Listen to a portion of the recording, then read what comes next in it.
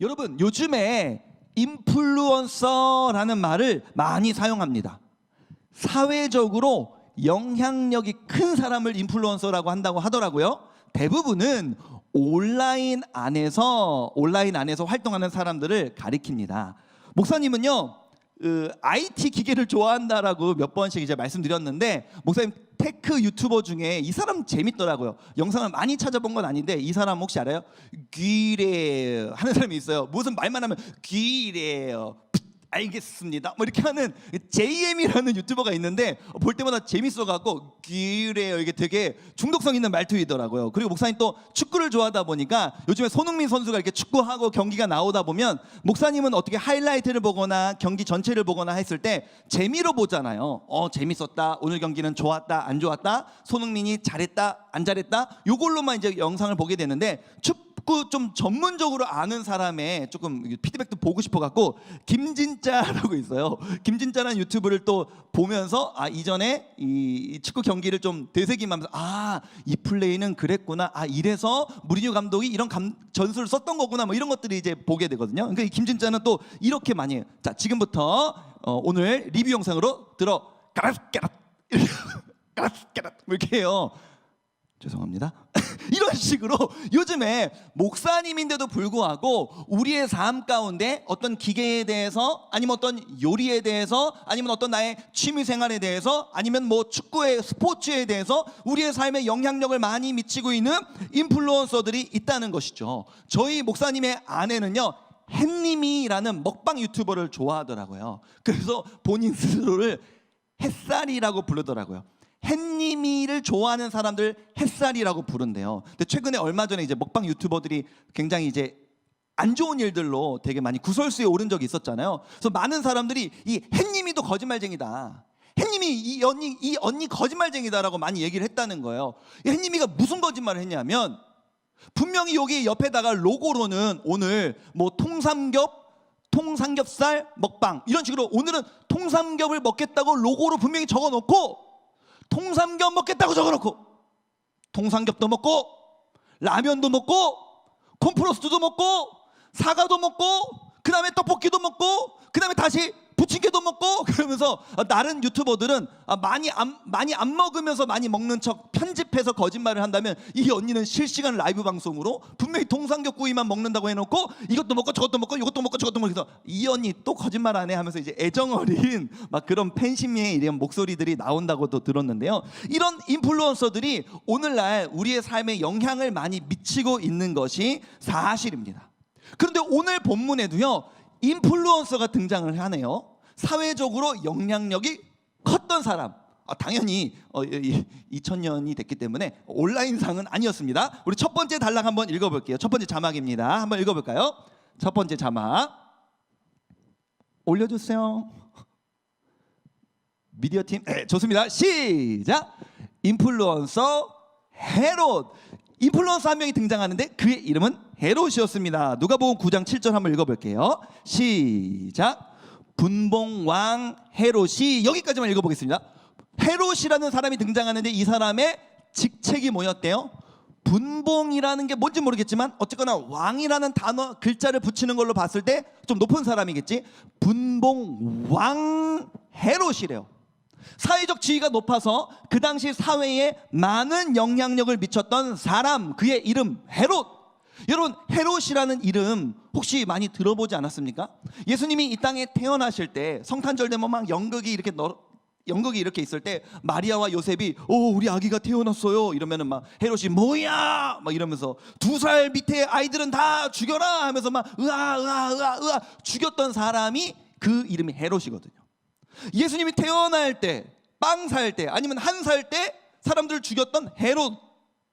그런데 지금 예수님이 30살이시거든요. 30년이 지난 지금의 헤롯, 동일 인물일까요? 아닙니다. 여러분, 성경에는요 이렇듯 이름은 같은데 동명이인 다른 사람들이 되게 많이 등장을 해요. 예를 들면 마리아가 있죠. 예수님의 어머니 마리아, 막달라 마리아, 마르다의 동생 마리아, 야고보의 어머니 마리아. 도대체 마리아가 몇 명이냐? 마리아 너무 많아. 그 중에 한 명이 헤롯입니다. 헤롯도요 엄청 이름이 많이 나와요. 그런데 이 헤롯이 많이 나오는 이유는 뭐냐면 마리아가 많이 나오는 이유는 마리아 그냥 동명이인일 뿐이거든요. 근데 헤롯이라는 이름이 많이 나오는 이유는요, 가문입니다. 가문.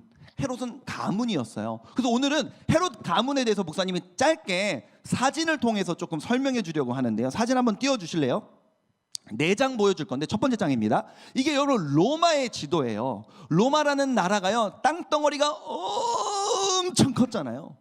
여기에 만약에 우리나라 지도를 갖다 놓는다면 아마 이게 굉장히 이렇게 조그말 거예요. 로마라는 나라는 엄청나게 땅덩어리가 넓었던 나라입니다. 그러다 보니까 황제가 일일이 자기만의 명령으로 다스릴 수 없었기 때문에 황제가 지역 구역을 설정해서 거기에 왕들을, 분봉 왕들을 세워서 다스리게 했어요. 예수님이 태어나셨을 때 예수님이 사시던 그 지역도 로마의 지배 아래 있었던 지역입니다. 목사님 파란색 동그라미를 해놨죠. 파란색 동그라미를 보니까 이 지역을 우리는 팔레스틴 지역으로 알고 있습니다. 오늘날 이스라엘이 있는 지역. 두 번째 사진 보여주세요. 그래서 이 지역을 확대해 보면 이렇게 나오는데요, 이 지역을 확대한 겁니다. 이 옆에 있는 이 바다가 지중해가 되겠죠. 그래서 이 지역에 누가 다스렸냐 하면 거기 보니까 글자로 뭐라고 써 있어요? 헤롯 왕가라고 써 있죠. 헤롯 왕가, 헤롯의 가문이 이 지역을 다스렸다는 거예요. 예수님이 태어났을 당시에는요, 훗날에는 헤롯 대왕이라고 불렀어요. 헤롯 대왕이라는 사람이 이 팔레스틴이라는 지역을 전체적으로 다스렸습니다. 그런데 이 헤롯 대왕이 예수님이 태어나신 다음에 얼마 지나지 않아서 죽었거든요. 죽은 다음에는 헤롯의 세 아들들이 헤롯이 다스리던 지역을 나눠 가져서 다스렸어요. 그게 이제 다음 페이지입니다. 한번 다음 페이지 넘겨주시겠어요?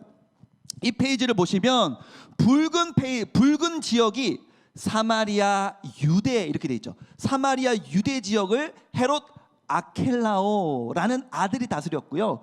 그 위쪽으로 가보니까 초록색 빛깔로 갈릴리, 그리고 오른쪽도 초록색 빛깔로 베레아라고 돼 있죠. 갈릴리와 베레아를 헤롯 안티파스라는 사람이 다스렸고요. 그 우측 이두레와 드라고니 지방을 헤롯 빌립이라는 사람이 다스렸는데요. 이 중에 오늘의 주인공은 중간에 있는 헤롯 안티파스입니다. 이 헤롯 대왕의 세 아들들이 이렇게 다스리다가요, 시간이 지나 아켈라오라는 왕이 너무 극악하게, 너무 못되게 유대와 사마리아 지역을 다스리다 보니까 이 지역 사람들이 일어나서 로마 황제에게 고발을 해갖고 헤롯 아켈라오는 잘리고, 다음 페이지 넘겨주세요. 우리가 알고 있는 본디오 빌라도가 이 지역의 총독으로 다스리게 됩니다. 여기까지 내용을 뭐 그렇게 재미있었는지 모르겠지만요, 여러분 이 내용을요 나중에라도 설교 영상으로 이 부분만, 헤롯 왕가 부분만 여러분들이 반복적으로 두세 번만 봐도 앞으로 복음서를 읽을 때 굉장히 헤롯 이야기에 있어서는 이때 헤롯이 아켈라오구나, 이때 헤롯이 헤롯 대왕이구나, 여기서의 헤롯은 헤롯 안티파스구나, 요것만 알아도요 성경을 이해하는 조금 깊이 들어갈 수 있거든요. 자, 여기까지 한번 헤롯 안티파스에 대해서 한번 살펴봤고요. 그래서 본문에 보면 헤롯 안티파스와 그 밑에 있던 본디오 빌라도 로마 총독이 같이 나오는 본문이 나오는데 한번 읽어볼게요. 누가복음 23장 6절에서 7절입니다. 역사 시간 같죠? 한번 읽어볼게요. 6절에 봅시다. 예수님에 대한 이야기예요. 한번 6절 읽어볼게요. 시작. 빌라도가 듣고 그가 갈릴리 사람이냐 물어. 자, 여기만 볼게요. 예수님에 대하여 빌라도가 듣고, 야 예수 그가 갈릴리 사람이냐, 왜 물어봤을까요? 갈릴리는 내가 다스리는 지역이 아니야. 난 사마리아와 유대만 다스리니까 갈릴리는 누가 다스리는데? 헤롯 안티파스가 다스리니까. 7절 읽어봅시다. 7절. 헤롯의 관할에 속한 줄 알고, 갈릴리 헤롯 땅이니까 헤롯에게 보내니. 근데 그때 마침 헤롯이 예루살렘에 와 있어서 헤롯과 본디오 빌라도가 예수님을 같이 만나는 장면이 성경에 등장하거든요. 누가복음에. 여기까지 이제 본디오 빌라도와 헤롯이 나오는 본문을 여러분한테 좀 보여주고 싶었습니다. 여러분 조금만 더 헤롯 가문에 대해서 부연 설명하자면요, 헤롯 가문은요 로마인이 아니었습니다. 로마인이 아닌 민족으로서 로마라는 국가의 왕이라는 직분에 올라가기까지 그들이 얼마나 많은 노력을 해야 했겠습니까? 얼마나 많은 수단과 방법을 가리지 않고 성공만을 위해 달려가야 했겠습니까? 성공만을 위해 달려가서 왕이 되었더니 로마 황제가 다스리라고 했던 지역이 유대인들이 살던 지역이에요. 나는 유대인이 아니라 로마인이 아니라요. 헤롯 가문은 에돔 족속이라 그래서 에서의 후예였습니다. 이스라엘 백성들은 야곱의 후예거든요. 근데 헤롯 가문은요 에서의 후예였어요.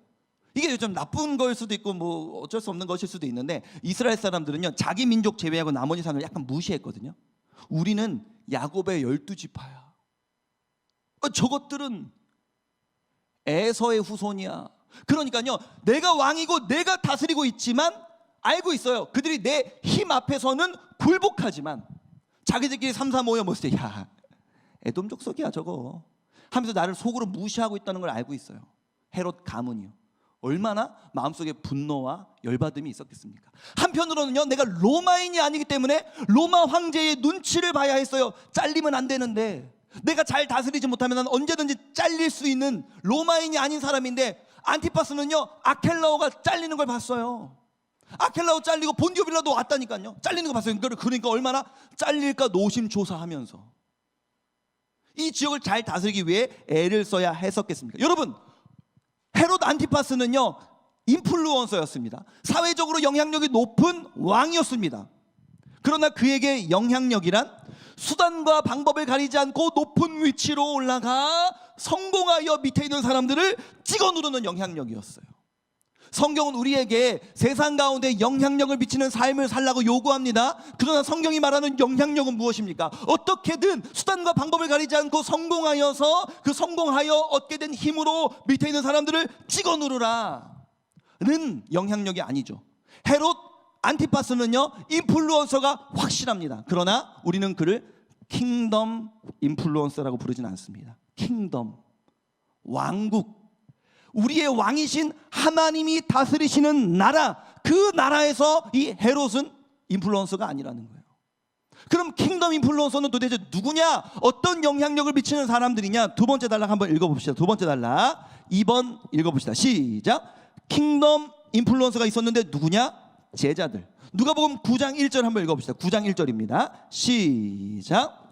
예수께서 12제자를 불러 모으사. 여기까지만 읽어볼게요. 이번에 예수님께서 사람들을 부르셨습니다. 제자들을 부르셨어요. 모으셨습니다. 예수님이 사람들을 모으시는 이유는 언제나 간단했습니다. 왜요? 보내시려고요. 모아서 세상으로 보내시려고 부르시는 거예요. 불러서 모아서 교육시키고 그 다음에 가르치고 능력을 주고 권능을 줘서 세상 가운데 보내시려고. 왜요? 세상 가운데 영향력을 미치라고. 그러면 예수님께서 이 제자들을 보내시면서 야 세상 가운데 영향력을 미쳐야 돼, 너희들 가야 돼. 어떤 방법으로 영향력을 미치기를 원하셨을까요? 누가복음 9장 2절입니다. 누가복음 9장 2절 함께 읽어보겠습니다. 시작. 하나님의 나라를 전파하며 앓는 자를 고치게 하려고 내보내시며. 좀 전에 뭐였어요? 모으셨어요. 근데 그 다음에 어떻게 하셨대요? 내보내셨대요. 왜? 두 가지 목적을 갖고, 첫 번째 하나님 나라를 전파하고 복음을 전하고, 두 번째는 앓는 자를 고치라고, 아프고 병들고 아파하는 사람들과 함께 있게 하시려고.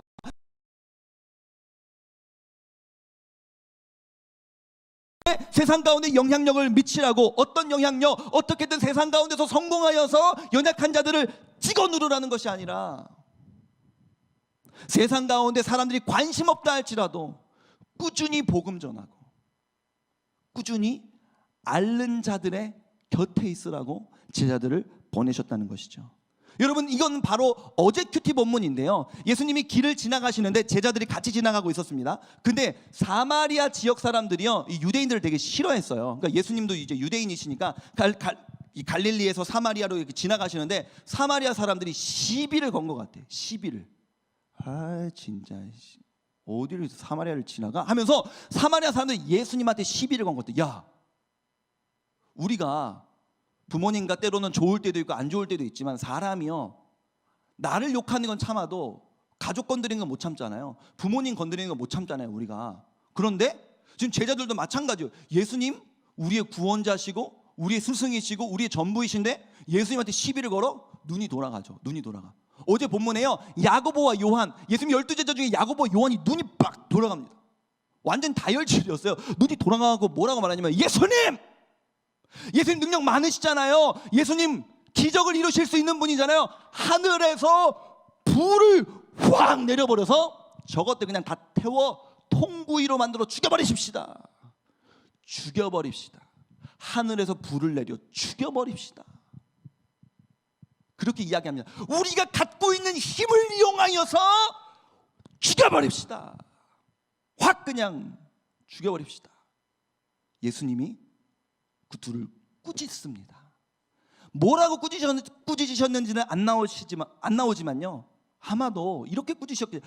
아직도 모르겠니? 아직도 모르겠니? 아직도 나와 그렇게 같이 있으면서 내가 너희들에게 뭘 요구하는지 모르겠니? 예수님이 십자가에 못 박히실 때도 마찬가지입니다. 예수님이 이렇게 제자들과 함께 있는데 로마 군사들이 몽둥이를 들고 예수님께 찾아온 거예요. 몽둥이 들고 칼 들고 창 들고 예수님 찾아오니까 그때 이제 베드로가 완전 눈이 돌아갔습니다. 베드로가 이번에 눈이 돌아가서 베드로도 칼을 꺼내갖고 병사에게 칼을 휘둘러갖고, 그 당시에 말고, 이름 말고라는 병사의 귀가 딱 잘렸어요. 예수님이 말고에게 다가가셔서 말고의 귀를 고쳐주시고 베드로에게 한마디 하십니다. 베드로, 칼 다시 꽂아. 아직도 모르겠니? 여러분, 어제 그저께 금요일이었어요. 요즘에 목사님들이 수련회 준비하면서 이제 회의가 많고, 회의를 마치면 또 해야 될 일들이 있어서 여러 가지로 좀 바쁜 시간들을 보내고 있거든요. 밤늦게까지 이제 막 회의한 걸 가지고 막 일하고 있는데요. 그래서 늦게까지 서로 일하다가 이제 퇴근을 했어요. 그래서 퇴근을 하고 이제 집으로 돌아갔는데, 청소년부 이제 목사님, 전도사님들 단톡방이 있는데 거기에 허현 목사님, 송림 중등부의 허현 목사님의 톡이 올라온 거예요. 우리는 다 이제 집들이 이제 가까워서 다 이미 집에 도착했는데, 목사님 집이 멋이다 보니까 지하철을 타고 가시는데 지하철에서 술 취한 아저씨를 만났다는 거예요. 술 취한 아저씨가 목사님이 지하철에 이렇게 앉아 있는데 갑자기 이제 술 취하셔서 이제 고함을 지르시면서, 예수쟁이들이 문제야. 예수쟁이들이 하나님 믿지 말어. 하나님 믿지 말어. 목사도 다 거짓말하는 거야. 목사도 다 거짓말하는 거야. 우리 아이들을 위해서 수련회 준비하면서 우리가 4시간 5시간씩을 몇 주씩 계속 회의를 하고, 이제 막 의견이 모아져서 결론을 도출해서 일을 진행하고 있고 피곤한 몸을 이끌고 집으로 돌아가는데, 세상에서 우리를 대하는 반응은 이런 거구나. 우리 아이들, 너희들이, 우리 애들이 살아가는 세상이 우리를 이렇게 바라보고 있구나. 목사님들은 교회 안에서 살아가기 때문에 우리 스태프들이, 우리 선생님들이, 너희들이 목사님들을 좋아해 주니까 조금 때로는 모를 때가 많이 있는데, 우리 애들이 살아가는 이 세상은 기독교에 대하여 이렇게 생각하고 있구나. 그런 마음이 들면서 마음이 무너져 내린다고 카톡방에 이제 글을 올려주셨거든요. 여러분, 그렇습니다. 코로나 이후에 기독교는 더더욱이나 세상 가운데 어떻게 보면 경멸의 대상까지도 되어가고 있는 것 같습니다. 여러분들이 학교에 가셔서 나 교회 다닌다고, 나 기독교인이라고 말하는 게 부끄러워질까봐 목사님들이 너무너무 미안해요. 너무너무 미안해. 우리는 어떻게 이 환경에서 살아갈 수 있을까? 염려가 됩니다. 염려가 됩니다. 그럴 때 우리는 어떻게 해야 될까요? 우리 교회는, 분당 우리 교회는 그렇지 않다고, 분당 우리 교회 목사님들은 좋으시다고, 분당 우리 교회는 좋은 교회라고 홈페이지에 그냥 크게 걸어놓으면 될까요?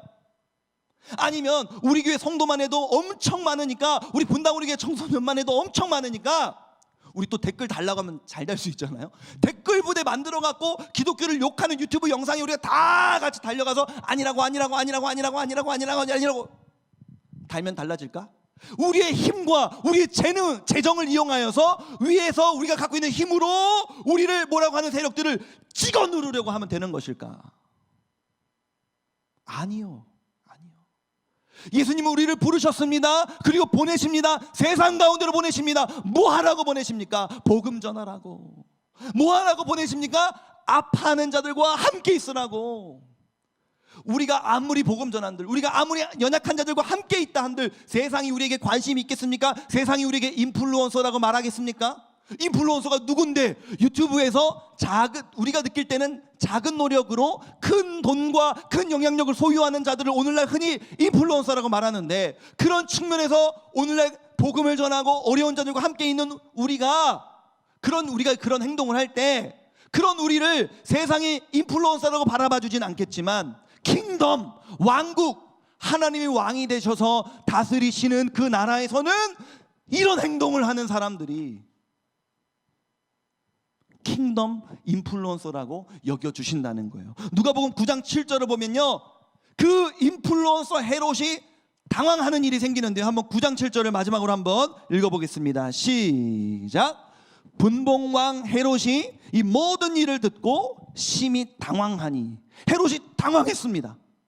왜 당황했냐면요, 이 문맥을 보면 제자들이 세상 가운데로 나아가서 복음을 전하고 병 고치는 그 영향력이 세상 가운데 점점 퍼져나가면서 헤롯이 지금 당황하고 있는 거예요. 사랑하는 여러분, 지금 당장 우리가 교회 밖을 나가서 복음을 전하고 어려운 이웃들과 함께 있는다고 한들 세상이 우리를 알아봐주지 않겠지만, 콧방귀 끼겠지만, 그동안 교회들에 대한 불만과 경멸이 많았기 때문에 여전히 우리를 욕하겠지만, 그런 시간들이 쌓였을 때 여러분들을 통하여서, 여러분들의 부모님들을 통하여서, 우리 아이들이 바라보고 있는 우리 선생님들을 통하여서, 우리 아이들이 언니, 오빠, 형, 누나라고 부르는 우리 스태프들을 통하여서, 그리고 청소년기에 목사님들을 이렇게 좋아해 주는데 목사님들이 끝까지 변질되지 않음으로써 우리가 이 모습을 지켜간다면 언젠가 세상이 우리로 인하여 당황하게 되는 그 역사가 다시 한번 이 나라 이 땅 가운데 일어나기를 소망하는 마음으로 하나님, 우리가 이번 수련회를 기점으로 하나님 나라의 인플루언서로 살기를 결단합니다. 이 마음으로 우리가 수련회를 준비하기를 주님의 이름으로 축복합니다. 우리 함께 찬양하며 나아가기를 원하는데요, 오늘 함께 찬양할 가사의 고백은 낮은 곳으로입니다. 낮은 곳으로. 예수님이 이 땅 가운데 오셨습니다. 왜요? 축으로 오셨어요. 축으로. 본인의 목숨을 버리시면서까지 예수님이 하셨던 것, 복음 전하시는 것, 어려운 이웃들과 함께 있는 것. 예수님이 빌라도에게 죽으셨잖아요. 우리가 사도신경 공부할 때 본디오 빌라도에게 고난을 받아 빌라도에게 죽으셨잖아요. 빌라도가 왜 예수님 죽였는 줄 알아요? 성경 깊이 보신 분들은 아시겠지만요, 빌라도는 예수님이 죄인이라고 생각하지 않았어요. 예수님께 죄가 없다는 걸 알았습니다. 내가 이 사람을 죽이지 않으면 백성들이 들고 일어날까 봐, 내 위치를 위해서, 내 성공을 유지하기 위해서 예수님을 죽였습니다. 여러분, 기독교는요, 어떤 수단과 방법을 가리지 않고 높은 곳에 올라가라고 요구하지 않습니다. 우리가 삶을 살다 보면 높은 곳에 처할 수도 있고 사회적으로 낮은 곳에 처할 수도 있지만, 어떤 모습으로 있든지 그건 중요하지 않고 네가 있는 그 자리에서 복음을 전하고 연약한 이들과 함께 있으라고. 그 영향력이 미쳐질 때, 예수님이 하셨던 것처럼 우리도 그 모습을 흉내낼 때, 그것이 하나님이 다스리시는 그 왕국에서는 인플루언서라고 여겨주신다고 성경은 말씀합니다. 우리도 예수님 따라, 예수님처럼 예수님 흉내내면서 수단과 방법을 가리지 않고 높아지려고 하는 것이 아니라, 내가 어떤 위치에 있든 복음 전하고 어려운 이웃들과 함께 있는 삶을 살겠노라고, 그렇게 고백하며 우리 찬양하며 주님께 나아가시길 원합니다. 우리 함께 고백합니다.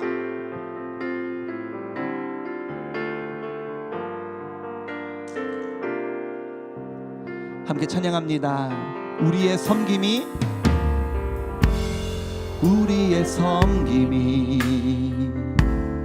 더 낮은 곳으로, 우리의 고백이 더 낮은 곳으로 쓰러져 있는 그들을 향해 당신이 그랬듯 더 낮은 곳으로, 낮은 곳으로 우릴 초대하네.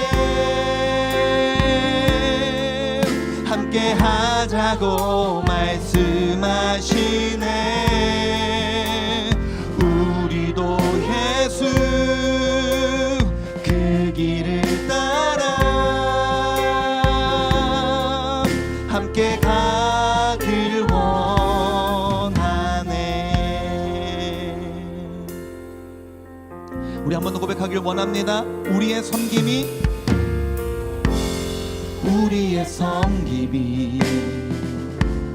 더 낮은 곳으로, 우리의 고백이 더 낮은 곳으로 쓰러져 있는 그들을 향해 예수님이 그러셨던 것처럼 당신이 그랬듯 더 낮은 곳으로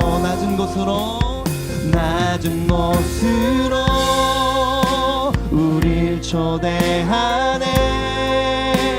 예수님이 함께 하자고 말씀하시네.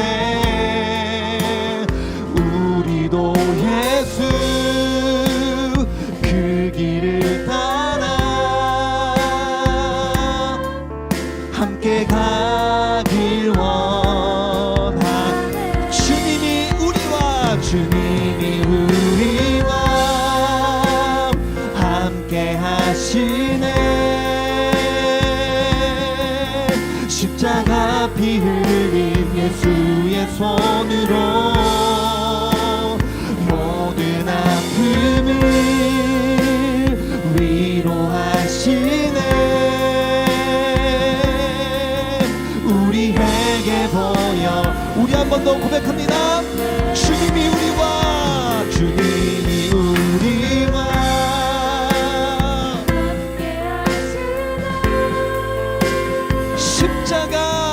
십자가 피 흘린 예수의 손으로 모든 아픔을 위로하시네. 우리에게 보여. 우리 다 함께 목소리 높여서 한 번 더 고백합니다. 주님이 우리와 함께 하시네.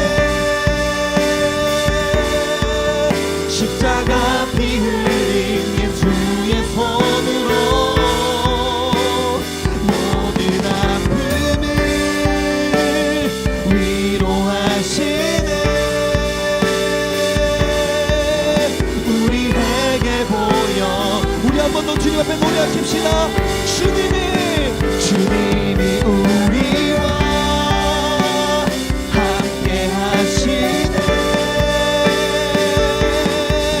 십자가 피 흘린 예수의 손으로 모든 아픔을 위로하시네.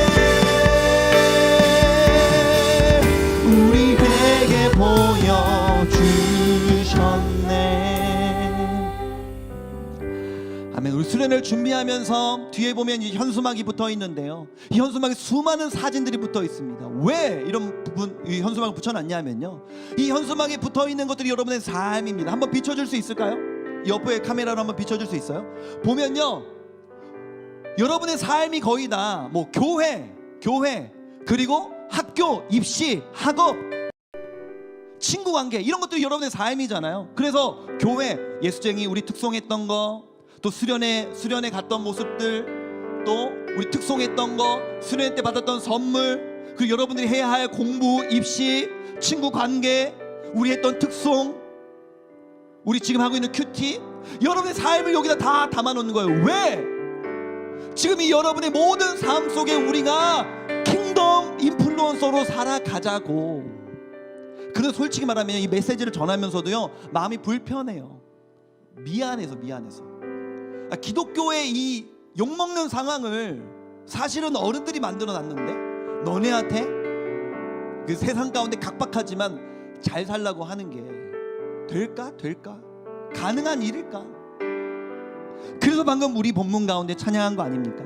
주님이 우리와 함께 하시네. 주님, 우리가 주님 따라서 어떻게든 힘을 취하여 아랫사람들을 찍어 누르는 것이 아니라 복음 전하고 어려운 이웃들과 함께 있고 싶은데 사실 그것은 우리의 본성을 거스르는 일이고 세상이 알아주는 일이 아니며 지금 세상에서는 우리가 그런 역할을 하기가 쉽지 않은데 어떻게 가능하단 말입니까? 주님이 우리와 함께 하시네. 주님이 우리와 함께 하시네. 같이 기도하실 때 하나님 우리에게 힘을 더하여 주시옵소서. 일주일 동안의 나의 삶 속에서 학업과 진로, 친구관계, 가족관계, 교회생활 이 모든 것에서 나의 일상 가운데에서 하늘나라의 영향력 킹덤 인플루언서로 우리가 살아갈 수 있도록 주여 도와주십시오. 주여 나에게 힘을 더하여 주십시오. 우리 주여 한번 합심하여 통성으로 기도하길 원합니다. 주여 은혜로우신 아버지 하나님 우리를 붙잡아 주시기를 원합니다. 성령이여 임하여 주시옵소서. 사랑하는 우리 아이들에게 킹덤 인플루언서 하나님이 다스리시는 그 왕국의 원리 복음 전하고 어려운 자와 함께 있는 것 그 메시지를 우리 아이들에게 전하면서도 마음이 편심하면 않습니다. 이게 가능한 일일까? 우리 아이들이 할 수 있을까? 그러나 하나님 어른들이 이 좋지 않은 상황을 만들어 놓고 아이들한테 그걸 하라고 하는 게 마음에 부대낍니다. 걸립니다. 그러나 하나님 우리는 모두가 연약하지만 하나님 주님이 우리와 함께 하시기에 주님이 우리의 능력 주시기에 우리가 할 수 있는 줄로 믿습니다. 성령이여 주 예수여 하나님 아버지 한국교회 목회자들에게 지혜를 주시고 하나님 초심을 잃지 않을 수 있는 마음을 허락하여 주시고 하나님 한국교회 장년 성도들에게 은혜를 주십시오. 부모님들이 자녀들을 양육함에 있어 세상과 타협하지 않게 하시고 교사의 누리들을 바로 세워주십시오. 아이들한테 부끄럽지 않은 교사로 서가게 하여 주시옵소서. 우리 스태프들을 붙잡아 주시기를 원합니다. 아이들이 내 눈으로 바라봤던 형 누나 언니 오빠들이 세상 가운데 나아가 자신의 20대를 멋지게 살아가는 모습을 보게 하여 주시옵소서. 하나님 사랑하는 송민고등부 친구들을 붙잡아 주시기를 원합니다. 쉽지 않지만 매일의 말씀을 통하여 나를 점검하고 나의 생활을 정돈하여서 우리에게 주어진 이번 일주일의 삶 속에 쉽지 않지만 낮은 곳으로 주님이 이끌어셨던 것처럼 우리가 갖고 있는 힘을 이용하여 하늘에서 불을 내려 저들을 태워버립시다라고 우리가 요청하는 것이 아니라 우리가 갖고 있는 힘의 칼을 꺼내어 상대를 공격하고 찌르는 것이 아니라 예수님이 그리하셨던 것처럼 그러셨던 것처럼 끝까지 우리는 복음 전하고 어려운 이웃들과 함께 있으려고 애를 쓸 때 그 자리에 오랜 기간 동안 머물러 있을 때 세상이 우리를 통하여 당황하게 되는 역사가 하나님 이 한국교회 가운데 다시 한번 일어날 수 있도록 주여 역사하여 주시옵소서. 은혜로우신 아버지 하나님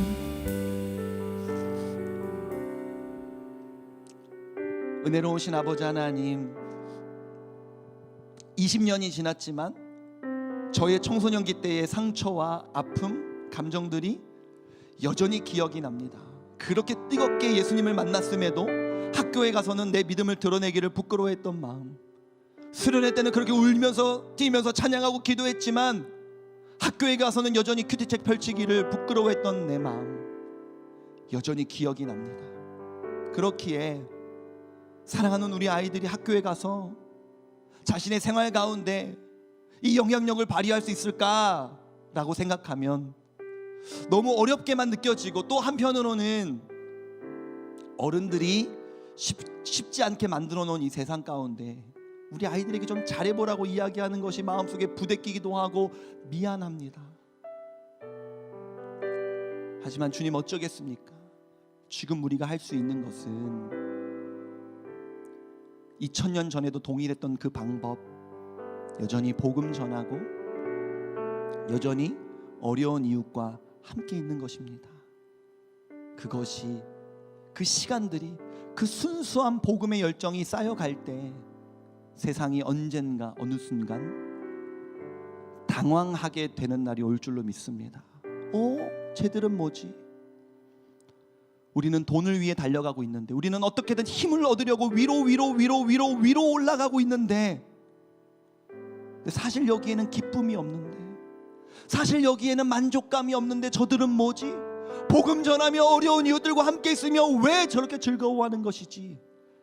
당황하게 되는 역사가 한국 교회 가운데 우리를 통하여 한 번 더 이루어질 수 있도록, 우리는 능력이 없지만 주님이 우리와 함께 하시기에 그런 꿈을 함께 꾸어보는 우리 분당우리 교회 청소년들, 특별히 사랑하는 우리 송림고등부 친구들이 될 수 있도록 주여 역사하여 주옵소서. 사랑하는 우리 부모님들께 세상과 타협하지 않고 아이들 보는 앞에서 부끄럽지 않은 모습으로 신앙생활을 하게 하시고, 사랑하는 우리 선생님들도 우리 아이들을 맡은 1년 동안 아이들에게 순수한 그 복음의 열정으로 아이들을 섬길 수 있도록 인도하여 주시고, 우리 스태프들에게도 우리 아이들이 보아왔던 그 멋있는 형 누나의 모습으로, 언니 오빠의 모습으로 여전히 남아 있어 줄 수 있는 그 견고함, 굳건함을 우리에게